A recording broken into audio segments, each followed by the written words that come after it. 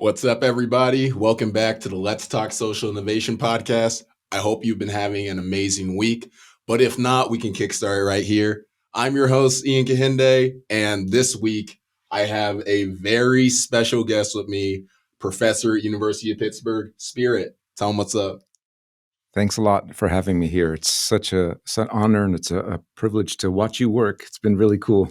Thank you. No, it's been really great getting to know you beforehand, and I'm about to learn a lot more on this show today. Let's do it. The SpearIt will be releasing a book called Muslim Prisoner Litigation, an Unsung American Tradition. We're going to be getting into that a lot more in the second half of today's interview. But for the first half, as we always do, we're going to get into your upbringing. So take me from the beginning. Well, way back, I was actually born in Washington State and lived there until I was 11. And so I had sort of this very kind of countrified living that I was growing up in. And then I moved to Houston, Texas, kind of in the middle of a huge Mexican hood. And I had to get wise really quick. And so, got into kind of a bit of trouble here and there and just, kind of grew up and ended up going to college and quitting school for a number of years and then going back to college. And then sort of, it kind of was a firestorm there toward the end because I ended up doing my undergraduate, finishing that up, which was 2 years. And then I went basically 11 years in a row straight from there doing graduate work. So it's kind of like on a rampage, an educational rampage, just trying to soak up what I could, So I guess my first question is, you said that you had like a little bit of like a rough staying in the hood when you were younger. Where were your parents in all this? They were pretty much working. They were trying to keep everything going. But at the same time, I had a really sort of libertarian upbringing in the sense of, never really having to be home or report back or show report cards or any of that. So I was just kind of on my own. So I just kind of ran around and, that was the first experience of, being somewhere where I wasn't prepared at all for that kind of existence.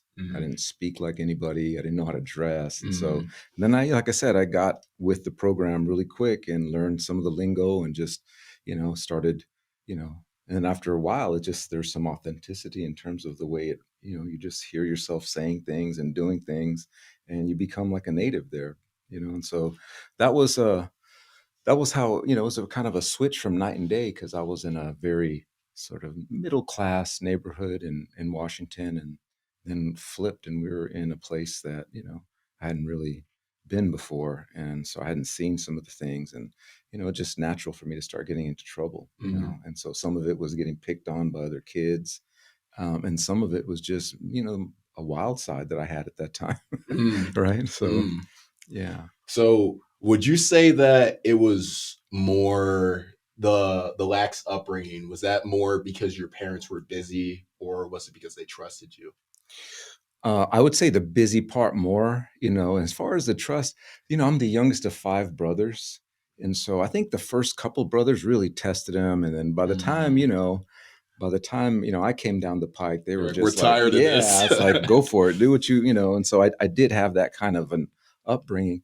I was the first of the 5 of us to graduate high school, and then I ended up going to college and doing some other degrees as well. So I kind of made up for my brothers. But I think when it got to me, I just thought maybe not that they had given up, but just that they weren't expecting very much from me, given sort of, the history already. So, yeah. And I actually kind of almost went down the drain myself in life. And, it was just from waking up from that experience that mobilized me to want to go and finish college and get the education that I did was just, I got into some trouble in life and hit a really rough spot. And then, from that time, I kind of had to resurrect myself. And in fact, that's where the idea of SpearIt came from because, in my misery and depression, I ended up at a Hare Krishna temple. And, I was really kind of struck by everything that was going on. And so I kept going and ended up moving in a couple of years later, and I was traveling and selling books at Beastie Boys concerts, and I was, all over the place just trying to, hustle the religion. And so, but it was at some point in that mix that someone said, "Hey, you're kind of smart. You should probably go back to school and get your degree." And then, bam, that's when I went back, and I went, and it was just like, I made straight A's and everything I took from that point on, just because I, kind of learned how to use my mind and learned how to focus and concentrate in a way that I had never been forced to do ever. And so just having that discipline from that temple, it was like a boot camp life for me. Mm. Up really early, doing the rituals, doing the meditations, the chanting, and all of that was just discipline. I'd never had it before. So how exactly did you end up at that temple?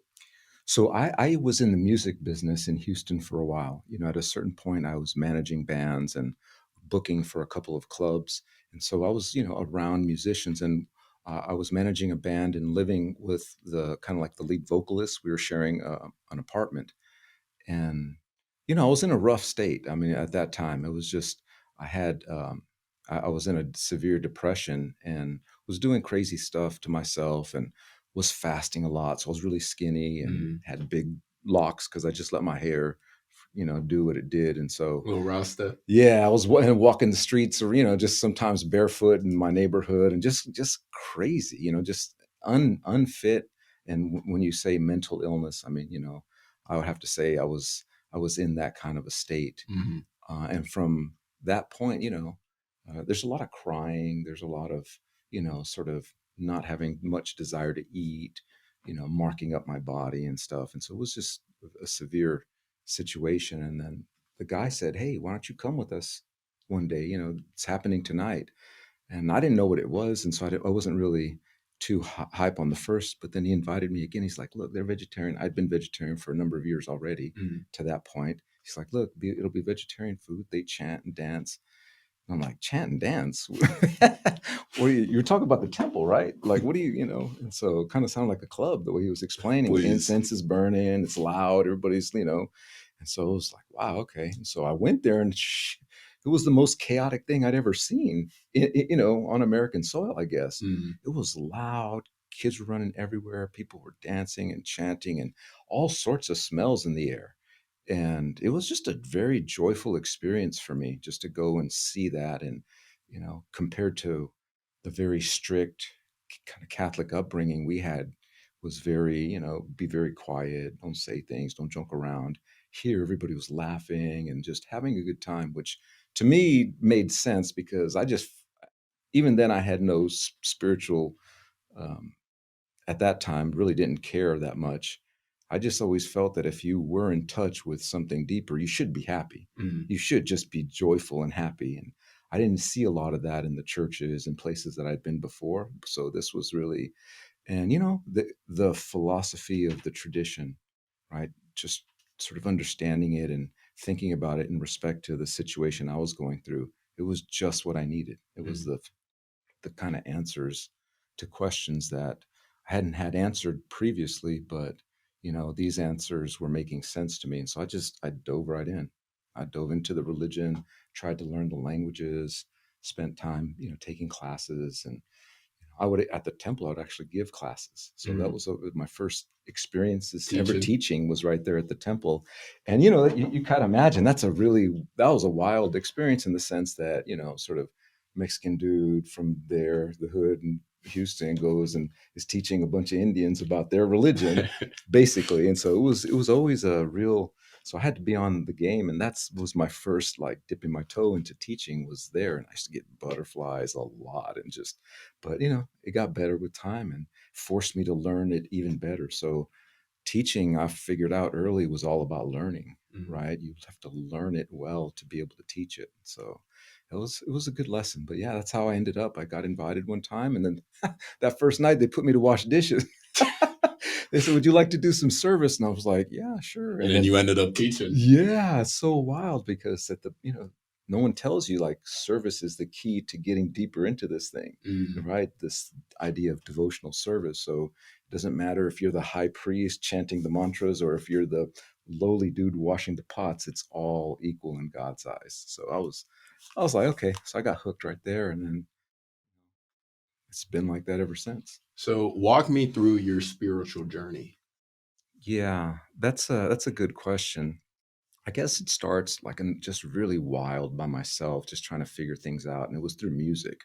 I'd always listened to sounds that were really sort of inspirational. Would listen to a lot of Dead Can Dance, and I ended up getting into Bob Marley. And like listening to Bob Marley was very educational for me. I feel like the music and the lyrics and learning what I was from you know his music and other music was just, it kind of conditioned me for the temple. You know what I mean? It kind Mm, of softened my heart some and gave me some wisdom, and gave me some logic and way of thinking about it. You got to remember, I'm coming from a very unstable mental situation, mm, so it just sort of gave me the sort of tools to start thinking about life, like living life again, because I was not very interested in it for a while. And mm, so it gave me sort of, in Spanish, you say the ganas, the desire to want to, you know, be back in this game. And so by the time I, was invited to the temple, I was already, listening to a lot of music and trying to immerse myself. And so that's where it really, I think, took off, was that when I started getting into the temple. And then I wanted to learn about everything. It wasn't mm, just that. And so that's why I went and did theological studies and religious studies. And I got to have like a buffet of samplings of religions all over the world. It was great, just to see how people do it this way and how they think about it that way. And I just feel so privileged to have, I didn't care if I was going to get a job. I didn't care about teaching. I you didn't care just about want it. to I just learn. wanted to learn. And very few people get that opportunity, Mm, just to immerse themselves in what they want to study. And I got to do it. I got to study Sanskrit for a number of years and take a bunch of philosophy classes and really, test out what I had learned in the temple, see the academic side of it. And it was just, and then I kind of lifted my head up, and like a decade had gone by just studying. And so for years, I had just basically had my nose in dictionaries. I was studying French and German and Sanskrit and Hindi and Punjabi, just a bunch of languages. So I was, dictionaries were the most important thing to me, mm. So every summer I'll be taking some language class just to kind of keep up. And it was always with dictionaries. So a lot of that time was just spent thinking about words and how languages connect and all that. So it was great. I got to say that the education kind of jumped onto the spiritual path I was trying to walk on. So I saw the education as just another type of service that I was doing to sort of better myself so I can go out and try to now not just be in the world and sort of, but to actually change it, like to Mm, actually do something now about it. Now that I myself had changed, I felt like I was in a position to start thinking about other people, which for me was, I was so self-centered and so self-absorbed, and some of that mental illness was from that sort of self-centered, isolated way of doing things. And so, just coming out of that haze that I had been in, and then to be able to think about other people, then I was able to match it with the work I was doing, and the work started mattering in a spiritual way to me, because if that's what it is, just about helping people, then yeah, I was gonna do that with scholarship. I could see it, you mm. could just see it. I was gonna study and sort of research what I wanted to, and just kind of see where the data takes you. But I already knew that there were so many gaps of knowledge, that and stuff we just don't know in this day and age, that's just ridiculous. Like when I first started thinking about this topic about Muslims in prison and litigation, the reason is because I had read an article, very short piece called Jihadis in the Hood. Mm. And this was when I was a religious studies PhD student, and I was taking all these Sanskrit and Indian philosophy classes. And I read that thing and I put everything down. I didn't want to, it was about Islam, prisons, and hip hop. And I Oh, was just like, that's everything I'm about, those are that's not connections that I would be making. yeah, right. So, that thing sent me on a little journey. I was like, okay, I want to learn more about prisons. And there wasn't one book out there. And I was like, I did a little more research. I'm like, wait a second, Malcolm X converted to Islam in the 1950s. Mm. It was 2000 something. It's like, there's no books on this. So boom, it lit a fire under me. And that's all. That's all I wanted to do. I saw my dissertation right there. I saw what I would be writing about, what I wanted to research. And it just, that one little article gave me the plan that allowed me to finish the PhD, because figuring out a dissertation is a tricky thing if, and I had no roadmap. Like nobody in my family had ever, you know, gotten beyond high school. So Mm. college, I was on my own when it came to this, but with that, it just gave me the motivation. And so it's always a tricky thing because lots of people always try to peg me as Muslim because of the work that I do. Um, and at the same time, people who know about my own spiritual, they can't understand why I do this. Mm. So it's kind of like crossed wires. They're like, well, why don't you kind of help your own religion? Or I can't explain it. I don't know what it is, but I, after 9/11, that thing, the way, the country started changing was very shocking to me, given my own upbringing, because I went to a magnet high school in Houston. Mm. And my first experiences with anyone Muslim were the students in the school. And, I don't know how to talk about it, but they were what we would say nerds, just like real bookish students, just very super polite and never did anything wrong. And that's how these were the Muslims that I That knew you growing up. knew, Yeah, not that coming everyone else knew. right. And so all these people that I had met and just very sweet softies and just, I just remember arguing one time and I made someone cry and it made me feel bad because, their nature wasn't like that, wasn't combative. And so these were the Muslims that I grew up with and that I knew and I graduated high school with. And then so years later, when I'm figuring out my path in graduate school, all this anti-Muslim fervor was going on. I'm like, wait a second, where it was so out of left field for me Mm. how that could happen and in that way. And so yeah, so it's always been a kind of a puzzle for some people. It's like, wait, you're not Muslim? Like, no.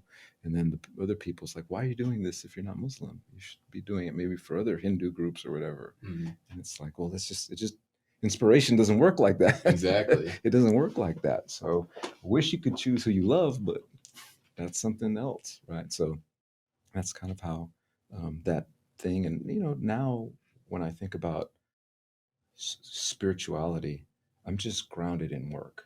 Mm. Right? I just want to, try to do as much as I can until this body gives out. You know, already I'm starting to get some.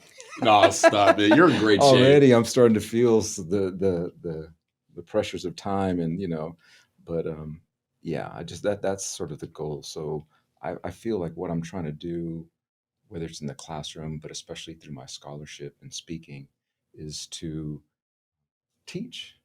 I'm a teacher through and through. If I have an identity that I grab onto, it's that first. Kind of like I learned that kind of from KRS One, who sees himself as the teacher, and that's the main identity, and that's the way it is for me. And I'm always using opportunities like books for me are just opportunities to teach people, Mm. talks to teach people, classroom is to teach people. And so I'm always doing it, with my kids or with my students or with my audiences, and that's that's the spiritual connection now. Is that I feel like that's my grace and you know, that's my ability because I'm strong to do that right now, and I can help people who are. And it's kind of like Bob says, what we need is love to guide and protect us on. If you're, how do you say, if you're strong, look down from above, help the weak if you are strong, help the weak if you are strong, Mm. right? And so I kind of botched that because that's what happens when you freestyle lyrics, right? You get the point. He's like, if you're up there because you're strong, help the weak, Yeah. And I feel like that now. I was weak, very weak, and so I know what that feels like. So for me, however, I can use the scholarship to move things, and it's freaking wonderful sometimes. Sometimes it's glorious Mm. because I'll read a court opinion, for example, and they use my research. like to bump down a sentence, and that's just That's got to incredible. be I mean, it really is, when you read it and they're using my work and my ideas to bump down a sentence. And in one case, I think the guy was going to get home 10 years earlier. 10 years earlier, he's going to get to see his daughter and kids and all that. And so, when it gets used in that kind of way, it's just like, wow, it's life changing stuff. yeah. So just gives me more motivation to keep going. And I don't know what to do now. I just keep doing, just, The I don't know what fire's to been do. lit. Yeah, no, I'm just walking through, doors keep opening and I just walk through them. And so it's wonderful, and I love the opportunity to I never get to talk about really any of this stuff, Mhm. just kind of like the inspiration, the background, all that stuff. It's always like my thesis is, and just No, we're open here. yeah, this is great. So I appreciate the chance to talk about some of these things. So my next question is, throughout all of your religious studies, what is the biggest thing that you have learned, and what's the biggest thing that you want to teach others? Yeah, well, there's definitely unity in these ideas that people are trying to get across, and ways to think about who we are and how things work. And the one thing that I mean, I always, because I have a garden at home and I Mhm. love to garden and get produce out of the garden. And it's just one of these cool things that when you look back at teachers, there's this tendency to use that as a metaphor to explain what the heck's going on in this world, right? That's and so in the Bhagavad Gita, Krishna talks about, you know, reaping when trying to explain karma, was talking Reaping about, what you sow. yeah, literally what you put in the ground, that's what's going to come out. And so those explanations for action and reaction, and Jesus, same thing, right? As ye sow, so shall ye reap, right? And so that's like another rendition of a karmic idea, but it's the same idea, right? That you're Mhm. putting something in the earth and you're going to get those fruits, or the bad, the no good fruits, or however however it's conceived. And even in the Sikh tradition, they talk about God as the big farmer, the big gardener, Mhm. And so to me, that's really it's interesting that different, very different religious groups are explaining things to this same metaphor. And so I take that and I kind of run with it when I'm in my garden and I'm doing my thing. And it is miraculous, man. I mean, it's miraculous when you see sort of how compost breaks down, and to see how, out of black soil, you can get all of these different colors, pink and bright greens, all from black soil, It's beautiful. right? And so there's so many things that happen, and it's just really miraculous.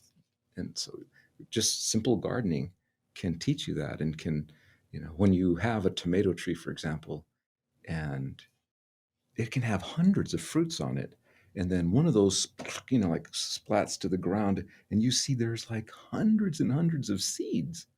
And then you think, if all of them, and then so you can start to contemplate infinity through the same metaphor.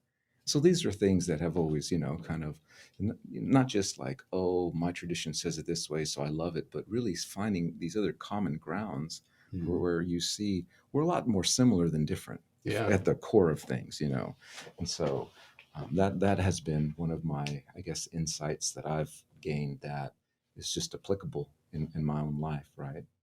Well, it's like church for me is going out to my garden. So what are you sending out from what you're learning?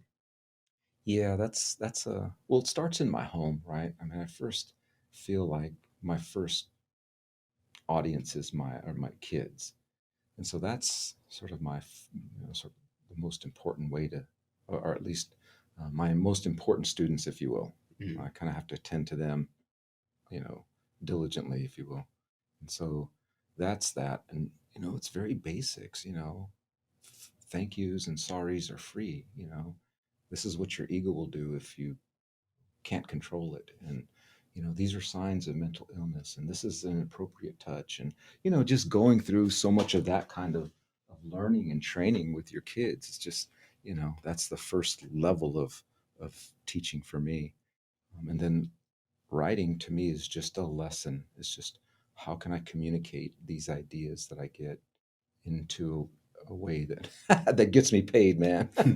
No, that praise for a job. No, it's just that is a crazy thought to me that I get paid to teach, Mm.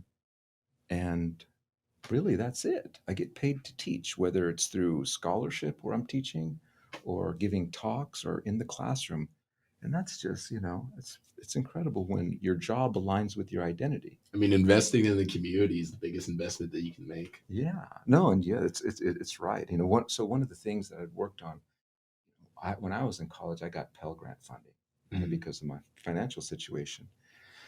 And so for years, I had been working on Pell Grant funding, which had gotten taken away from people in prison in '95. And so basically, hundreds of prison programs, college had just shut down overnight, right? Because of this crime bill that was passed. And so I had been writing about it and just quoting, like Mumia Abu Jamal says, there's no good from keeping people ignorant. So why are we doing this? And just, was really trying to bring, and I wrote this one article and I sent it to every member of Congress at the time, Mm. right?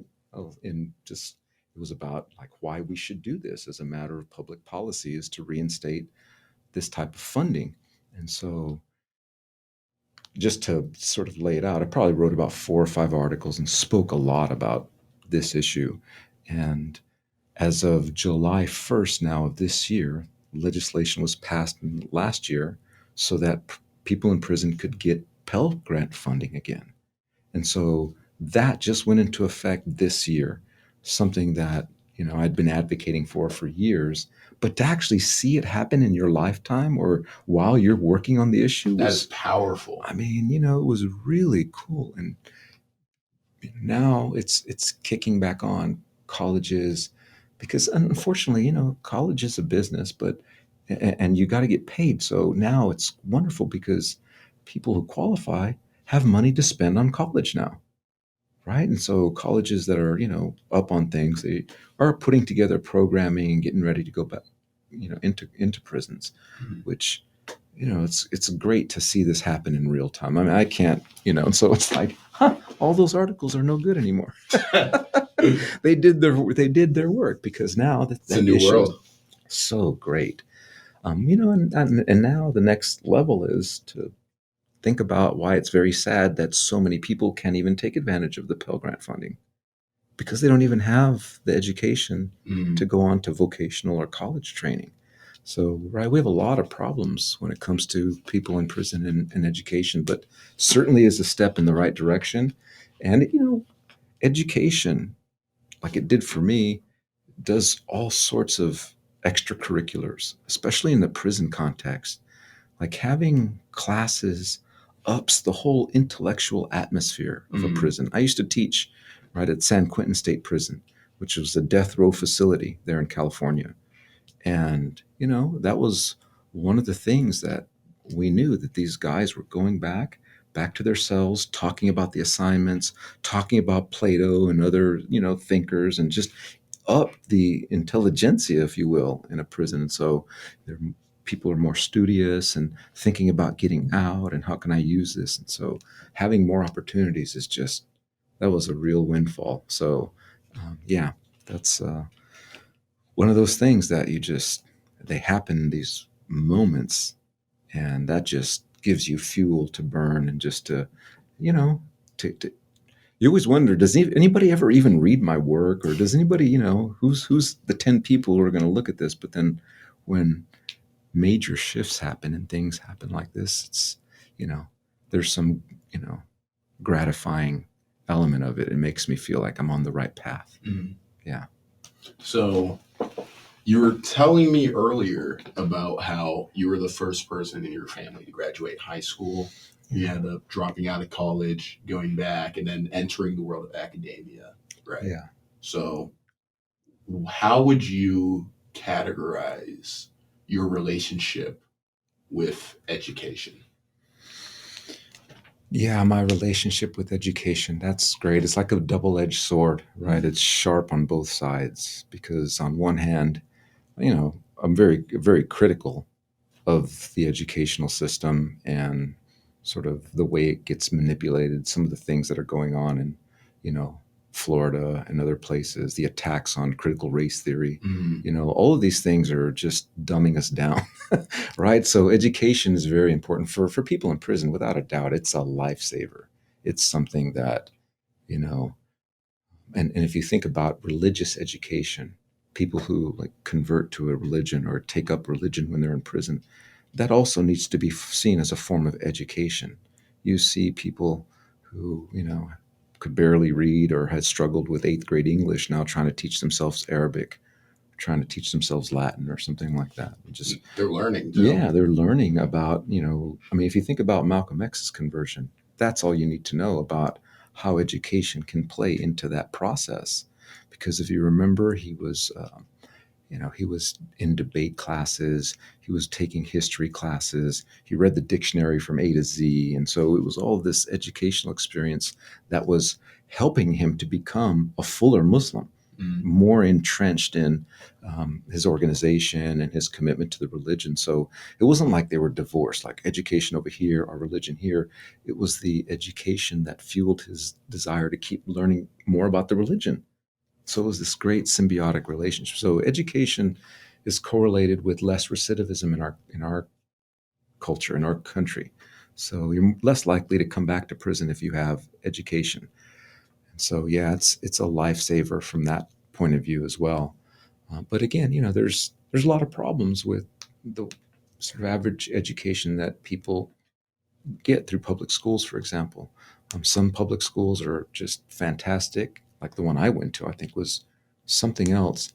But then other schools just, and I had my kids doing virtual schooling in Texas long before it kind of became fashionable after COVID, right? Or necessary, I should say. It's not fashionable, but necessary after COVID. And so we had already been doing that for a few years based on this exact reason. It's like, look, the learning that actually happens, and if they were to go to their normally zoned school, You don't know what's going in there. You don't know. I mean, you don't know the influences, and just so much time gets spent, lining up and disciplining and just all this administrative. And so we ended up doing it at home for a number of years. And so COVID was a piece of cake for us in the sense of we had already You're been already used ready. to it. Yeah, all of us were ready and everybody did well. And so, yeah, but again, it was because I just thought that at this age, what they're learning, they will learn more from me being at home and being at home with me in addition to their curriculum than if I send them off into that. My teacher, the one who was founded the Hare Krishna movement, would talk about the American educational system as like slaughterhouses, where, kids go and dreams go to die. Yeah, really, all sort and people learn, terrible things and bad habits, and you sort of jade people's creativity and put people on these same artificial clocks, and you kill their desire to learn to learn anything beyond the in anything spiritual. Really, was his main criticism. It's like there's just nothing, that makes sense in the way they do it. Of course, all these other things, we make people educate their kids, so they have to show up in school. We'll feed them, feed everybody. That's just something. And hearing that kids have these huge bills because of lunch, or that some kids don't eat because of these are just fundamental flaws in the educational system. And so we force them to be there. So we should at least feed them. It's hard to flourish when you have to worry about your vital functions. Yeah, no, and these are just simple things. So yeah, I mean, I have my own criticisms about K through 12, college and graduate school. I've seen a lot in that regard, but at the same time, we train lawyers at the law school. Some of these people go out and do spectacular things, become public defenders. They go out and do political careers, just helping people out, filling these gaps of need when people need help with landlord tenant agree, those sorts of situation, or an employment situation, a firing, and going out and being able to. I think lawyers a lot of time get a bad rap in terms of what the profession is really about. But from my purview as the teacher, seeing what some of my students go, I'm very proud to see that. I feel like a lawyer is the same way, can be used for very selfish and money making purposes, or you can do tremendous good with that law degree. And so I like where I am here at Pitt because I feel that the school is very interested in social justice, very interested in helping students get into public interest work and to fulfilling their desire. You get to take electives pretty early so that you don't get so jaded when you first get to law school, but you can start taking classes and doing stuff that you wanted to do as a lawyer, or you imagined yourself doing. So it's nice to be at a place that kind of fuels or adds fuel to that kind of fire, rather than just this is what you're going to do for 3 years.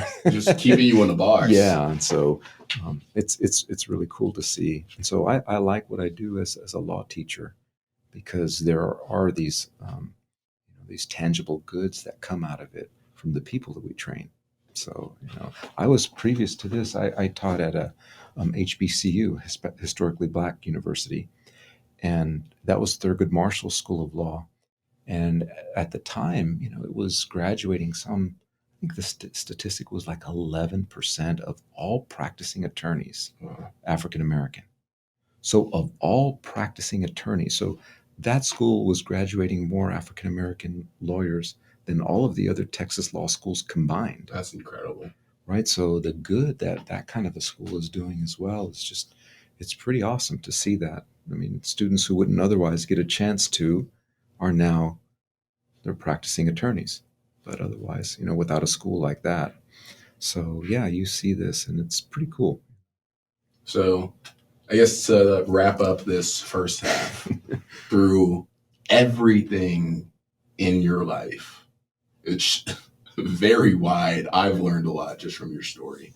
What is the greatest lesson that you've learned? Yeah, this is going to sound really morbid. This is really going to sound bad, but the lesson that I've learned is the connection between what we do out here in the world and what we see, the change that happens in this world, the constant flux, and just being able to embrace that. And because if you can embrace the fact that things are going to change, then your desire to want things to be permanent, right, that'll go away, and so will some of the suffering that comes from that. And that's the thing, is like, to alleviate suffering is something that is very important to me, because I had a lot of suffering and it was hard to get rid of it. And so, just understanding the impermanence of the world. And then, of course, the morbid part about this is that then it forces one to reflect on death. Mm. And so it's a constant reflection on death has been the greatest lesson, the greatest takeaway, reward from this journey so far, because I used to live like I was immortal. Mm-hmm. I used to live life like walking around barefoot, just wild style, just lots of trouble in this world, I got myself into. And so if you can kind of keep death in your rear view mirror as you're going about your day, and just seeing how blessed you are, because you get to, it's a meditation. It's a real meditation. And so it's death, but not it's more of a joyful way. It's just like, that dialectic to life lets you really appreciate this life, and so I guess that's the thing that has helped me the most, is just not to get too wrapped up on anything for too long, because change is coming. And the ultimate change is going to be when you get forced out of this body. When this body wants to give up, that's the ultimate change. And so if you really can embrace that, and for our the beliefs that I come from, there is life after this existence. You go on. And so if that's the case, then grabbing onto change not only gets you closer to the truth, but it also helps you conquer death, because there is no death when you understand it that way. Death itself is just an illusion, because if you are going on, nothing has died, right? And so that to me makes me fearless. That to me just, and I understand why someone like Jesus is willing to go willfully, Socrates drinking the hemlock. They go willingly to the death because they know it's not the It's end. not the end. They know. And so that's something I feel like I'm learning. I feel so enlightened just from absorbing your wisdom. It's like passed through you, passed to me, passed to everybody listening. And So. this is all very incredible. I just want to get that across. But it is time for this week's artist spotlight. This week's song is from one of my old roommates, actually, Certified Prada, For You. I hope you enjoy.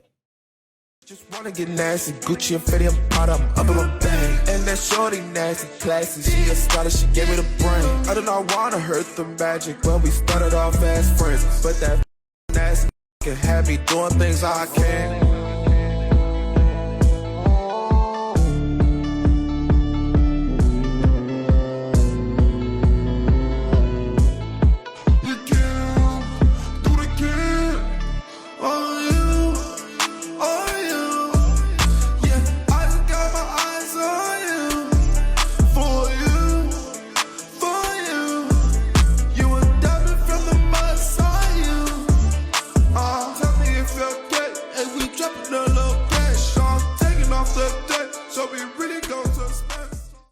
Hope you all enjoyed For You by Certified Prada. All the links to his music will be in the description of this, wherever you're watching it, whether it's on YouTube, Spotify, or any other audio platform. It's all going to be in the description. Now, what I'm very excited to get into is the meat of this week's pod, which is Muslim prison litigation and its history. So I'm going to leave the floor open to you, SpearIt. Just share your truth.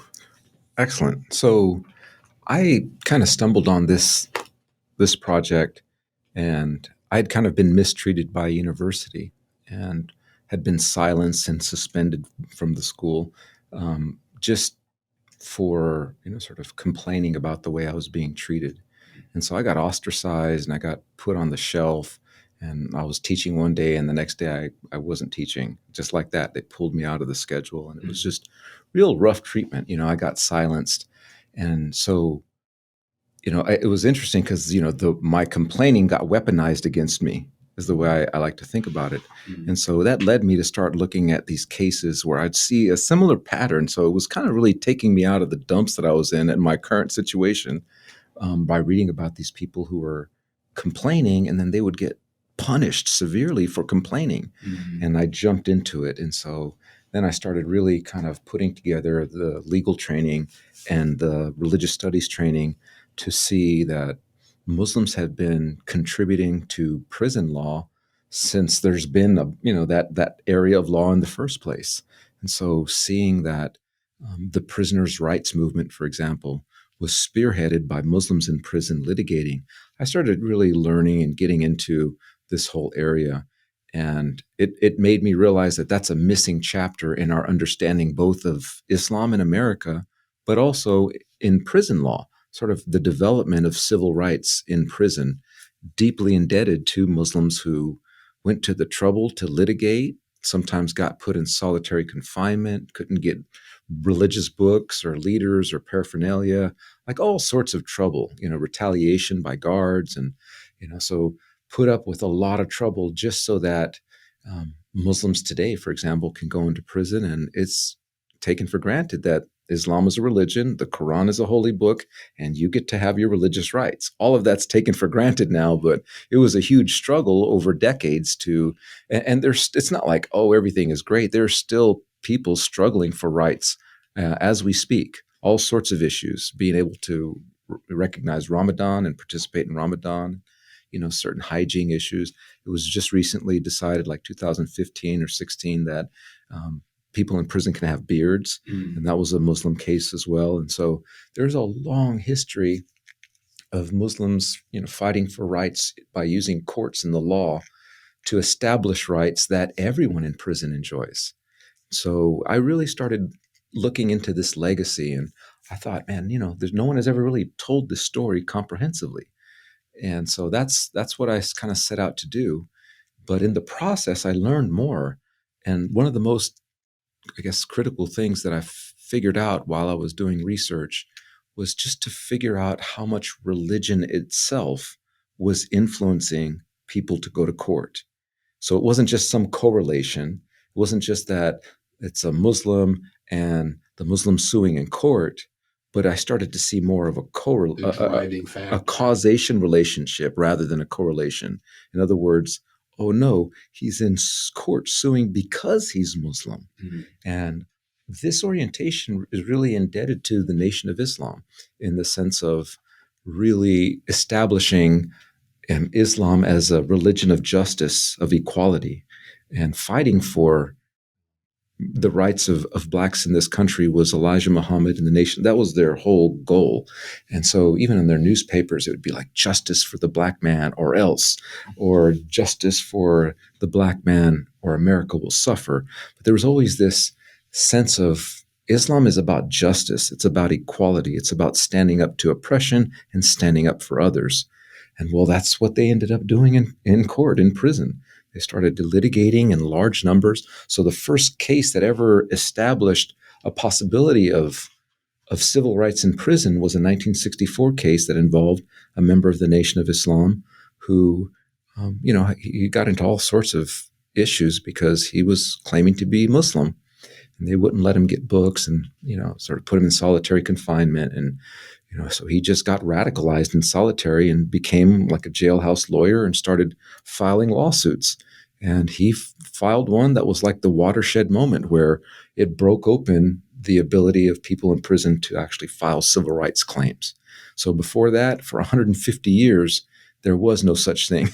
Really was no such thing, for state. Put up with shut up. Yes. And the federal courts really never intervened in the state prison business. It was called the hands-off doctrine. It's like, we're not going to, y'all do what you do. We're going to keep our hands off of that. And so that went on for the first 150 years in this country. So it was just until the mid-60s that there was a such thing as a civil right for someone in prison. Muslims started litigating in huge numbers. And so it's been this consistent thing over, decades now. And you have very famous kind of successful jailhouse lawyers who've helped others write their templates so that they can write templates for others so that they can do court filings. And so religion has played a direct causal role in the litigation, which I think that's probably the most novel part of my research, is that the ideology of Islam when it comes to both justice and racial equality issues, this is what's driving some people to take up action in court. And some will talk about it as a religious duty, as their duty as a Muslim to do this. And so from my point of view, it's like a startling takeaway as a religious studies scholar to think that looking at someone going to court and filing a lawsuit and doing all that it takes to get have a successful court case, which is a ton of work. These people are doing it out of a spiritual activism. They're doing it to fulfill their obligations, their religious, spiritual obligations. And so for me, it was really eye-opening to see that what it was driving some of these people. It wasn't just, and the funny thing is that people know they're going to lose. So it's almost like the principle of the matter is what drives as well, right? Is that I'm going to do it because this is the right thing to do, not because I'm going to win. The outcome. Yeah, everybody loses. I mean, it's pretty much a given. Your case is going to be dismissed, or they'll transfer you, do something vicious like that. And so, it's seeing that people were doing it because this is what their faith demands was really eye-opening. And then, of course, religious organizations have helped orchestrate litigation, and then people inside of prison have orchestrated litigation efforts. So religion has been a real fuel for the numbers that we have. And it's startling sometimes in the sense that, sometimes Muslims make up about a third of federal litigation, right? Federal claims. Currently? Yeah, in different years, it'll sort of go up and down from around that marker. But you think about, on the outside, Muslims consist of about 1% of the American population. So 1% of the American population, yet over 25% of the litigation.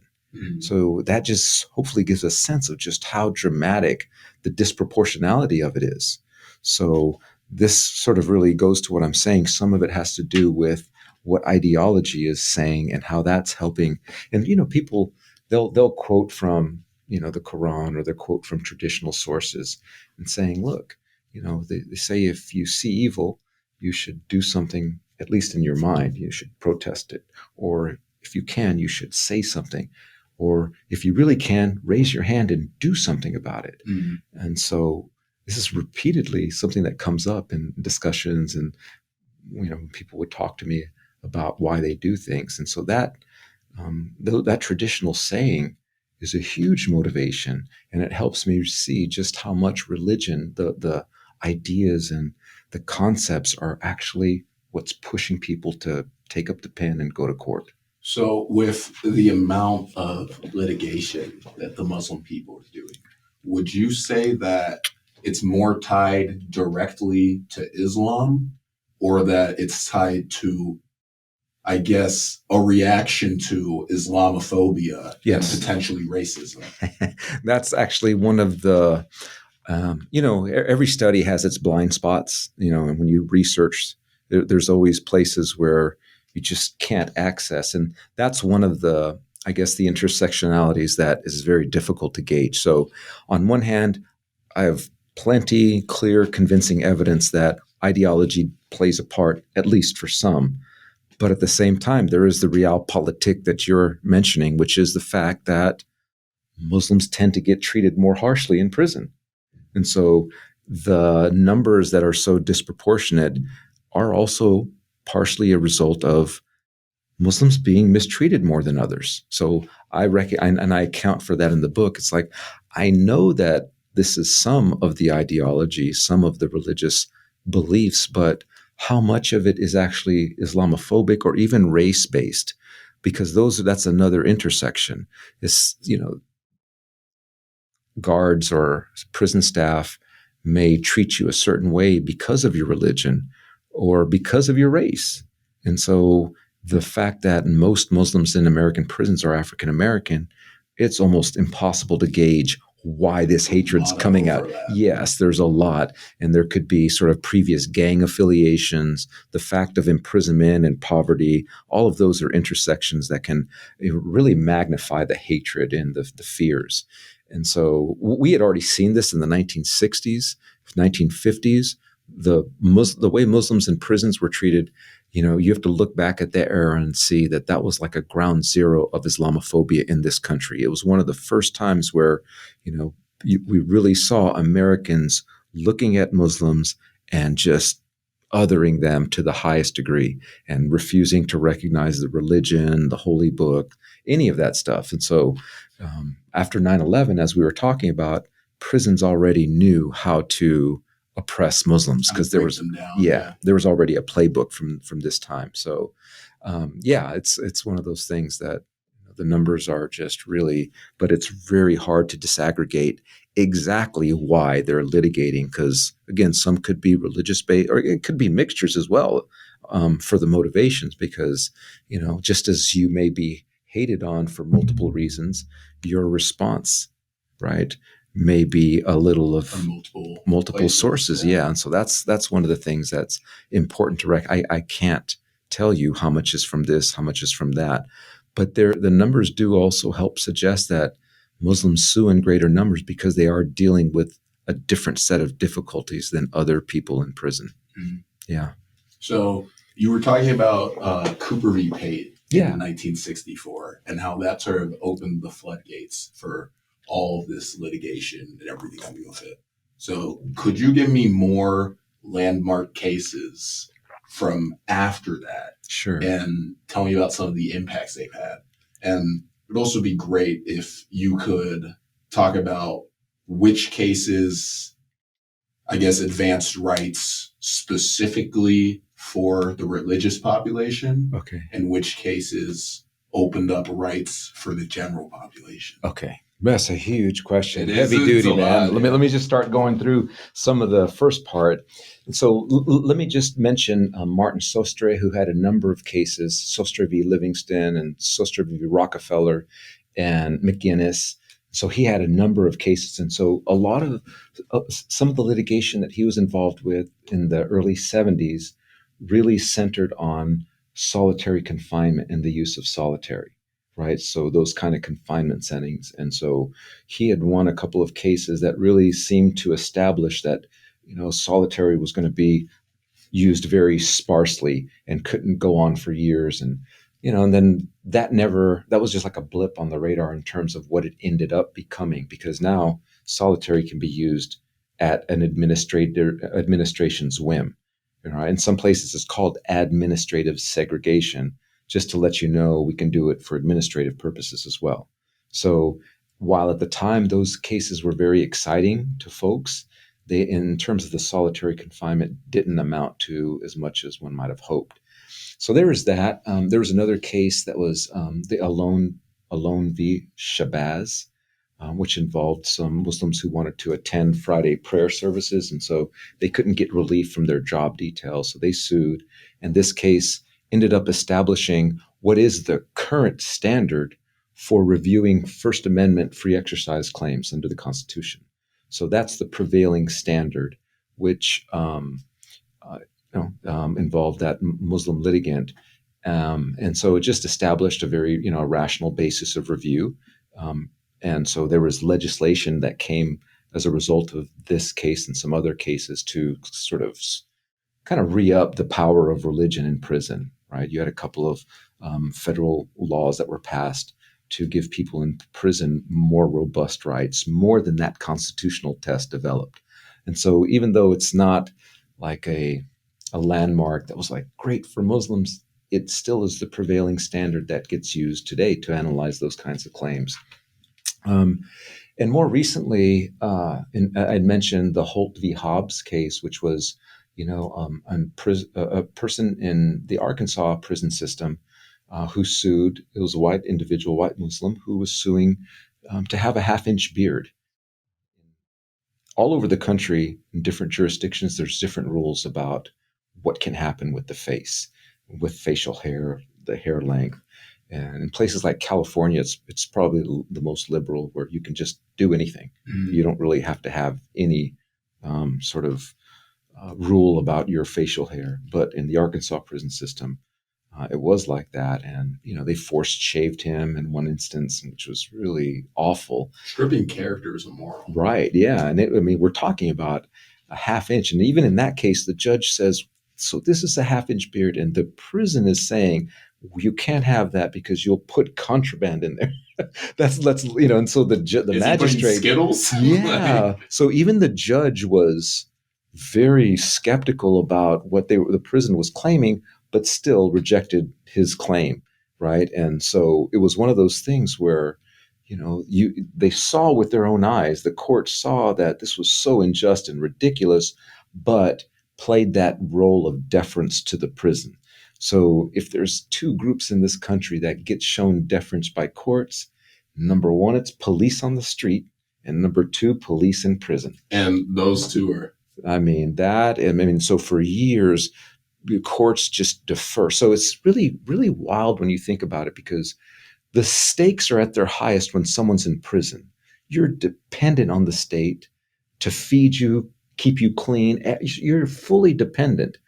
And so it's at these moments where you're so vulnerable, and we should have everybody's eyes watching to make sure nobody screws this person up anymore.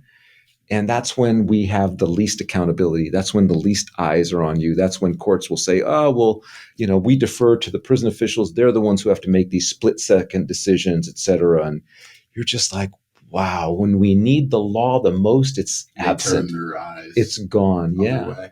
And so that's some of the, unfortunate part of the way some of these cases have come down. So even, it's interesting. It was a loss for the Muslims in the Alone v. Shabazz case, but it still stands as a marker to what we're talking about. So having multiple Supreme Court cases like this and tons of federal cases help to establish that this legacy that I'm talking about.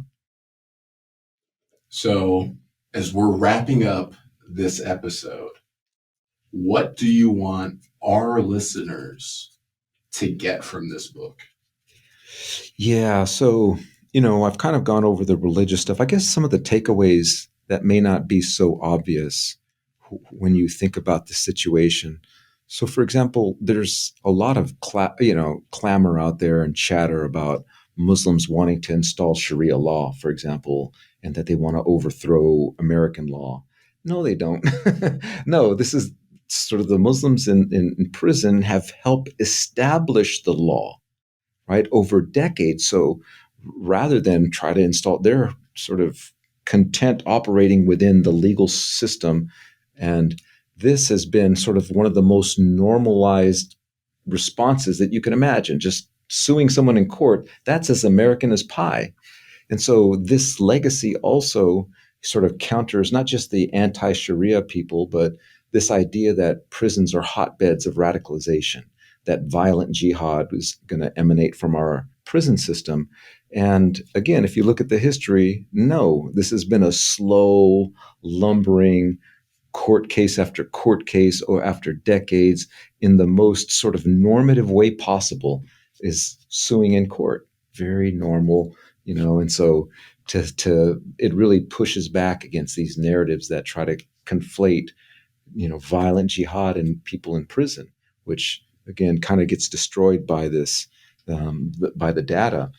And you see this kind of switching of roles that occurs where the criminal, the Muslim in prison who was the lawbreaker, now through court cases and favorable decisions, furthering the law, and becomes the lawmaker, right? Now is the lawmaker. And on the flip side, the one who's supposed to be teaching the person in prison how to stay out of prison, how to be lawful, how to follow the rules, they look like the worst violators, not just rule breaking, but criminal conduct. So there's a role reversal that goes on as well, behind what's happening, because we would expect those people to be demonstrating what the rule of law should look like, not undermining it. And so if you see, it's pretty remarkable that when someone has litigation, has a court case, prisons can transfer that individual and make those court cases go away because of the transfer. It's the most unfair thing that happens, that still happens in this day and age. And people need to know about it, because, you do a lot and suffer a lot just to get your case to court. And if they transfer you, some of those claims can be extinguished. And so much for you trying to follow the law, so much for any incentive. So people in prison, they have a good sense that they're not going to win their case, but they keep coming. And that, again, sort of wraps the whole thing up for me. The whole thesis is that it's a principled thing. It has to do with my faith. And I know I'm going to lose, but I'm going to do it anyway. And so we should continue. We should be looking at this in the future and seeing that it's not going to stop. I feel like, we're going to still have, it's what you call an ongoing legacy, right? It's something that is remarkable in its own right, but it keeps happening. So yeah, that's kind of the main takeaways from that. I think that's an incredible way to bring this episode to a close. Awesome. This was quite the insightful conversation. And for our listeners, again, I will say the title of the book, Muslim Prisoner Litigation, An Unsung American Tradition. Where can they find this book? Fortunately, it's pretty much everywhere. It's the University of California Press. It's Barnes & Noble, Amazon, Walmart, all the sort of, main outlets. And yeah, so you can pretty much, it's available hardcover, soft, and the sort of, what do you call it? The read, where they read it to you. Audible. Yeah, Audible. Yeah. So it's got that as well. So yeah, it's pretty much everywhere. Anywhere you might want to, look, it's probably there. I would highly recommend giving it a read, giving it a listen. A lot of time, effort, and money has gone into getting this information out there. and we definitely don't want it to go to waste. But this basically wraps up this week's episode of the Let's Talk Socialization Pod. Again, awesome, man. Very great having you on, So SpearIt. cool. Have a little gift bag for you. Hail to Pitt. Hail to Pitt from the School of Social Work. So Awesome. you can open that up later when you get a chance. But this is your host, Ian Kahene, and we are signing off. Peace.